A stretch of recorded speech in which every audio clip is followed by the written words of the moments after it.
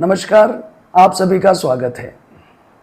आओ करें हम साझेदारी जिसमें हो पैसे की हिस्सेदारी।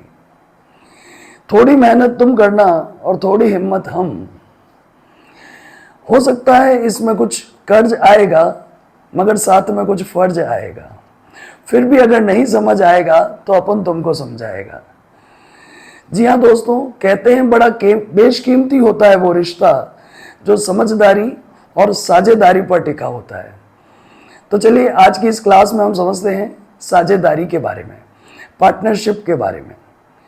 अकॉर्डिंग टू पार्टनरशिप एक्ट 1932 साझेदारी का क्या अर्थ है और किस तरह से इसकी विशेषताओं को इस सेक्शन 4 में समझाया गया है, तो बारी बारी से इसका पोस्टमार्टम करते हैं और इसको अच्छे से समझते हैं। According to Section 4 of the Partnership Act 1932, partnership is the relation between the partners who have agreed to share profit of a business carried on by all of them or any of them acting for all. इस partnership की definition को समझने के लिए हम one by one इसको break करके थोड़ा समझने का प्रयास करते हैं। इसके एक अंतिम और सबसे महत्वपूर्ण हिस्से को मैं सबसे पहले समझाऊं, जहां पर यह लाइन लिखा गया है, बाय ऑल ऑफ देम और एक्टिंग फॉर ऑल। ये जो लाइन है, ये पर्टिकुलर लाइन एक क्वेश्चन बनाती है जिसको हम म्यूचुअल एजेंसी वर्ड से जानते हैं। पार्टनर्स के बीच में एक खास तरह का रिश्ता पाया जाता है जिसको हम एजेंसी रिलेशनशिप कहेंगे। आपने अपनी लाइफ में एजेंसी वर्ड कई बार सुना होगा। एजेंसी रिलेशनशिप हमेशा दो लोगों में होता है, एक होता है प्रिंसिपल और एक होता है एजेंट। जैसे अगर मैं कहूं कि मिस्टर एक्स ने वाडीलाल की एजेंसी ली, तो वाडीलाल कंपनी तो हो गई प्रिंसिपल और मिस्टर एक्स हो गए उसके authorised agent. Act of agent bound the principal. Agent के सभी कार्य प्रिंसिपल को बाध्य करते हैं, उसको बाउंड करते हैं। इसके कई एग्जाम्पल हैं। जैसे अगर मान लो अगर वाडीलाल के उस आइसक्रीम में कॉकरोच निकल गया, तो who is the liable for that, mister X और Vadilal? That is Vadilal. But who sold the ice cream? Ice cream is being sold by mister X who is acting as an agent. तो इसी तर्ज पर, इसी तरीके पर पार्टनर्स का रिश्ता एग्जिस्ट करता है। किसी एक पार्टनर का एक्ट दूसरे पार्टनर को बाउंड करता है। So that is why I mostly से पार्टनरशिप इज अ शिप, है ना, एक तरह की शिप है which is run by partner. दो या दो से ज्यादा लोग मिलकर चलाते हैं। किसी एक पार्टनर का एक्ट दूसरे पार्टनर को बाउंड करता है, legally, technically, morally, every way. चलिए इसके अगले पार्ट में हम देखते हैं। यहां पर एक वर्ड आया था एग्री।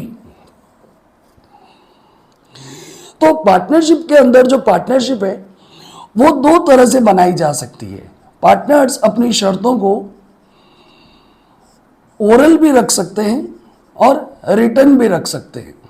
इसकी डिटेलिंग को अगर हम समझें तो अगर पार्टनर्स अपनी जो भी एग्री कंडीशंस है, लाइक पार्टनर्स है वो कितना कैपिटल लेकर आ रहे हैं, कितना salary bonus, who will invest the time, who will invest the money, who will be the active partner, who will be the sleeping partner, who will be the only finance partner, that there is there mutual consent.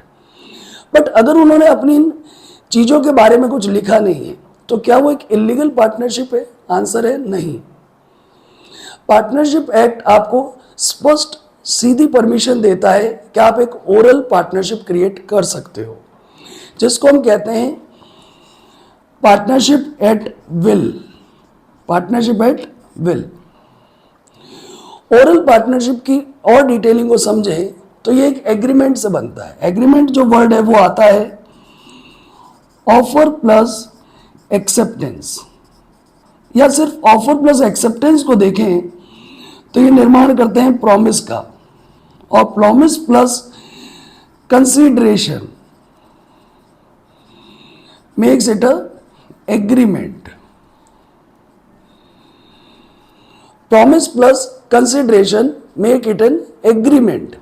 Agreement can be oral, but अगर वही agreement आपने return कर लिया, अगर वही agreement आपने return कर लिया तो वह कॉन्ट्रैक्ट बन जाएगा, वह कॉन्ट्रैक्ट। इसीलिए रिटर्न पार्टनरशिप को हम पार्टनरशिप डीड के नाम से जानते हैं। रिटर्न पार्टनरशिप को हम पार्टनरशिप डीड के नाम से जानते हैं। जब पार्टनर्स ये डिसाइड करें कि हमें हमारी शर्तें, एक दूसरे पर ट्रस्ट है, कितना कैपिटल, कितना सैलरी, कितना interest, then they can have a oral partnership. India में बहुत सारी पार्टनरशिप ओरल बेस पर ही है and they are legally running well.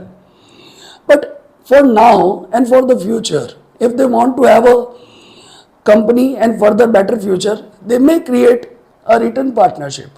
In that situation, they will form a partnership deed. Partnership deed will be a document. जैसा अगर आपने कोई लीगल डॉक्यूमेंट कभी देखे हो जिसमें पार्टनर्स की कुछ कंडीशंस लिखी जाएंगी, कुछ टेक्निकल बातें लिखी जाएंगी, सारे कंटेंट लिखे जाएंगे जिसके ऊपर उनका फ्यूचर डिसाइड होगा, उनका फ्यूचर एक्ट डिपेंड करेगा। बट यहाँ पर जब हम अकाउंटिंग करने जाएंगे तो इन पॉइंटों को समझेंगे कि अगर पार्टनरशिप डीड की एब्सेंस हो तो उस स्थिति में कौन से नियम लागू होंगे।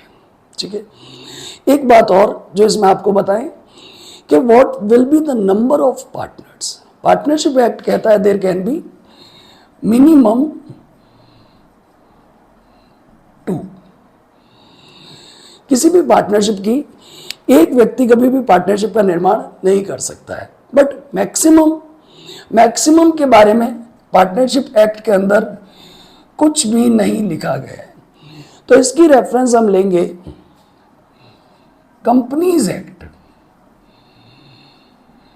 कंपनीज एक्ट 2013 की सेक्शन 464 के अकॉर्डिंग मैक्सिमम हो सकते हैं 50 partners. There can be 50 partners or person in an association. It is about how many numbers or prohibition.